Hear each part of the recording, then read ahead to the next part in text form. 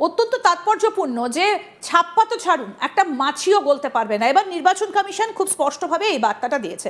আমাদের সঙ্গে রয়েছেন রাজনৈতিক বিশ্লেষক শুভাশিস ব্যানার্জি। শুভাশিস, আমরা দেখেছি যে এসআইআরকে কেন্দ্র করে এমনিতেই কয়েক মাস আগে থেকেই সরগরম বাংলার একেবারে ভোটের রাজনৈতিক মানচিত্র। সুতরাং সেই জায়গায় দাঁড়িয়ে এত সংখ্যক সেন্ট্রাল ফোর্স, প্রায় 2550 কোম্পানি, প্রায় সংখ্যাটা এইরকমই কাছাকাছি। তো এইরকমভাবে বিভিন্ন সময় রিগিংয়ের অভিযোগ ওঠে, ছাপ্পার অভিযোগ ওঠে, নানা রকম অভিযোগ রাজনৈতিক দলগুলো করে। দু দফায় ভোট, প্রথম দফায় আগামীকাল 152টা কেন্দ্র। নীল নকশাটা কি রয়েছে?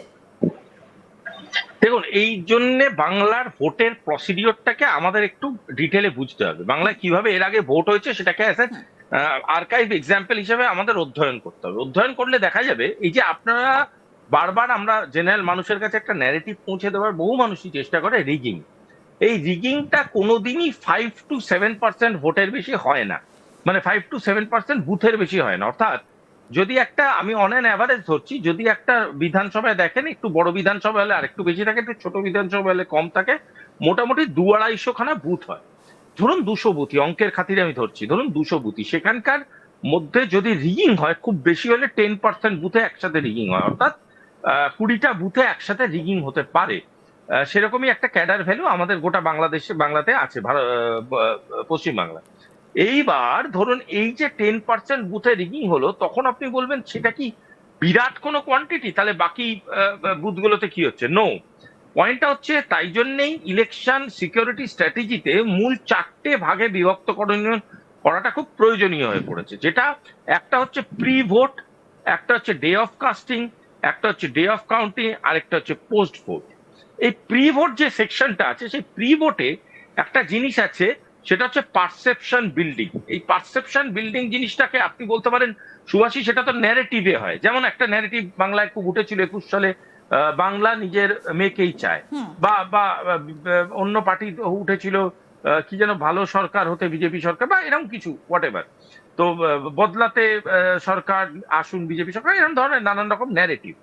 এই ন্যারেটিভ গুলো সাথে সিকিউরিটির কোনো সম্পর্ক নেই। ন্যারেটিভ গুলো মানুষ অব্দি যাবে, মানুষের যেটা পছন্দ হবে তাকে ভোট দেবে, নো প্রবলেম অ্যাবাউট। বাট বহু জায়গায় দেখা গেছে ভোটের আগে কন্টিনিউয়াস পিয়ার থ্রেটনিং হয়েছে, বা যেটাকে বলা হয় সাইলেন্ট থ্রেটনিং। সাইলেন্ট থ্রেটনিং মানে বাড়ি বাড়ি গিয়ে শান্ত মাথায় বলা হয়েছে, যদি ভোট না দাও মেরে ফেলা হবে, যদি ভোট না দাও গায়েব হয়ে যাবে, যদি ভোট না দাও এত মার খাবে কল্পনা করতে পারবে না। এই ধরনের থ্রেটনিং খুব শান্ত মাথায় চলছে। এটা কিন্তু ভোটের বহুদিন আগে থেকে চলে, যে দলই করুক না কেন। দ্বিতীয় জিনিসটা, আরেকটা জিনিস লক্ষ্য করা হয়েছে, যেরকম ধরুন কেউ ভোট দিতে যাচ্ছে কি যাচ্ছে না, তার বাড়ির লোকেদেরকে প্রেশারাইজ করা, তারা যদি মানে পাওয়ারের দিকের ভোটার না হয়, তাহলে বলে দেওয়া যে তারা ভোট দিতে আসবে না, আপনারা ভোট দিতে যাবেন না, আপনাদের ভোটার আইডি কার্ড গুলো আগে থেকে নিয়ে নেওয়া হবে। এই ভোটার আইডি কার্ড আগে থেকে নিয়ে নেওয়া হবে, এটা কিন্তু সেন্ট্রাল সিকিউরিটির কাছে উইথ এভিডেন্স গেছে, সুতরাং ওরা জানে যে এটা কিভাবে হবে। তৃতীয়ত, একটা জিনিস দেখা গেছে, জাস্ট ভোটের সময় বিভিন্ন রকম বাইক র্যালি হয়। বাইক র্যালি মানে কিন্তু অর্গানাইজড বাইক র্যালির সাথে আপনি গুলিয়ে ফেলবেন। বাইক র্যালি মানে কিরকম বাইক র্যালি? ধরুন 5টা-7টা বাইক গ্রামের মধ্যে দিয়ে গিয়ে ঘোরে, বিভিন্ন বাড়িকে বুঝিয়ে দেয় তাদের মাসেল পাওয়ারটা। সেই বাইকগুলোতে যারা আরোহী যায়, তারা অধিকাংশ সময় হচ্ছে মার্ক ক্রিমিনালস, এবং এমন তারা পাওয়ার স্ট্রেংথেনিং দেখায় যে লোকজন আতঙ্কে থাকে যে বাবা এদের বিরুদ্ধে আমি ভোট দিতে যাবো।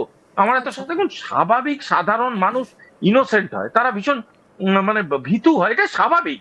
সবাই তো আর লড়তে হয়নি, কেউ কেউ মানুষ তো সাধারণ স্বাভাবিক ভয় বাঁচতেও এসছে, তারা ভয় পায়। এই ভয়ের যে বাতাবরণ তৈরি, এই প্রসেসটা কিন্তু স্টার্ট হয় ভোট হওয়ার 1 মাস আগে থেকে, যেটা কেন্দ্রীভূত হয় ভোট হওয়ার 96 ঘন্টা আগে।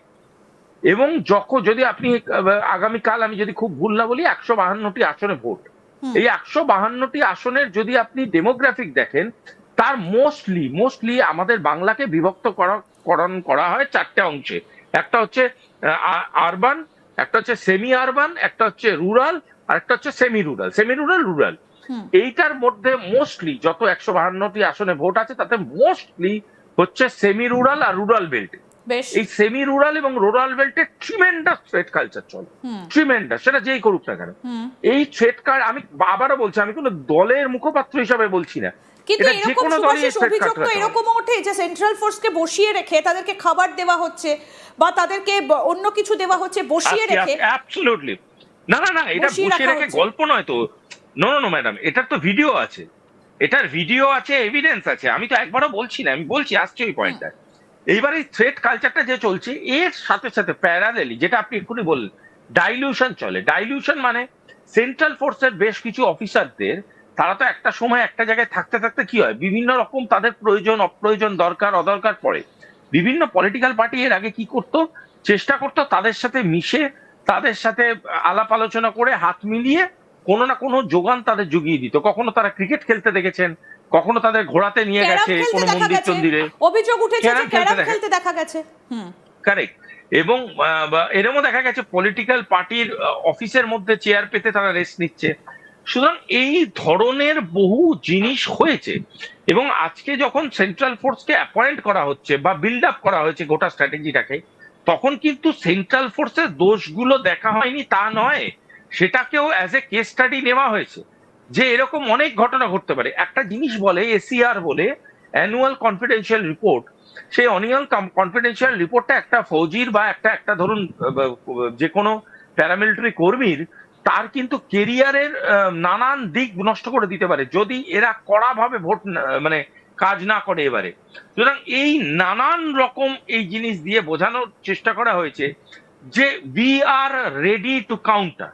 পয়েন্টটা হচ্ছে, যদি আপনি কোন রকম মানে ঝগড়াঝগড়িতে না গিয়ে শান্তিপূর্ণ ভাবে গিয়ে বোতাম টিপে ভোট দেন, তাহলে আপনার ভয়ের তো কোনো কারণ নেই। ভয় কারা পাবে? ভয় পাবে সেই ক্রিমিনালরা যারা ভেবে রেখেছিল গত 96 ঘন্টার মধ্যে আমি গ্রামবাসীদের থ্রেট করব। ভয় পাবে সেই ক্রিমিনালরা যারা ভেবেছিল চায়ের দোকানে, রাস্তার মোড়ে, পাড়ায়, হাটে লোকজনের মধ্যে একটা সাইলেন্ট থ্রেটনিং কালচার চালাবে, কোমরে বন্দুক গুজে। আপনি বিশ্বাস করতে পারবেন না, একটা ডেটা এসছে, যে ডেটাটা আমি শেয়ার করতে চাই। বিভিন্ন জায়গায়, বিশেষ করে সাউথ 24 পরগনায়, মুর্শিদাবাদে, মালদা অঞ্চলে এরকম ডেটা পাওয়া গেছে, যেখানে দেখা গেছে যে ইচ্ছাকৃত শর্ট টি শার্ট, আমি আবারও বলছি, ইচ্ছাকৃত শর্ট টি শার্ট জিন্স পরা লোকজন ঘোরানো হয়, যারা বাইকে করে ঘোরে, যাদের কাছে স্মল আর্মস থাকে। অর্থাৎ তারা এমন ধরনের আর্মস ক্যারি করে বা আর্মড ইনস্ট্রুমেন্টস ক্যারি করে যেগুলো সন্ত্রাসের বাতাবহ তৈরি করে। অর্থাৎ তারা এমন ভাবে বন্দুকটা রাখে, এমন ভাবে ছুরিটা রাখে, এমন ভাবে ভোজালিটা রাখে, যাতে সাধারণ মানুষ দেখে কিন্তু সেটা ভয় সুভাষিস, পায়। আমরা তো গত বিধানসভা ইলেকশনে শীতলকুচির মতন ঘটনাও দেখেছি যে সিআরপিএফ এর বিরুদ্ধে সেখানে গুলি চালানোর অভিযোগ উঠেছে। ম্যাডাম, আপনার ওখান থেকে বন্দুক উঁচিয়ে গুলি চালাবেন, এখান থেকে তো গোলাপ ফুল ছোড়া হবে না। আর সিআরপিএফ এ জয়েন করেছে বলে তার তো মৃত্যু এইভাবেই হবে, এটাও তো কোথাও লেখা নেই।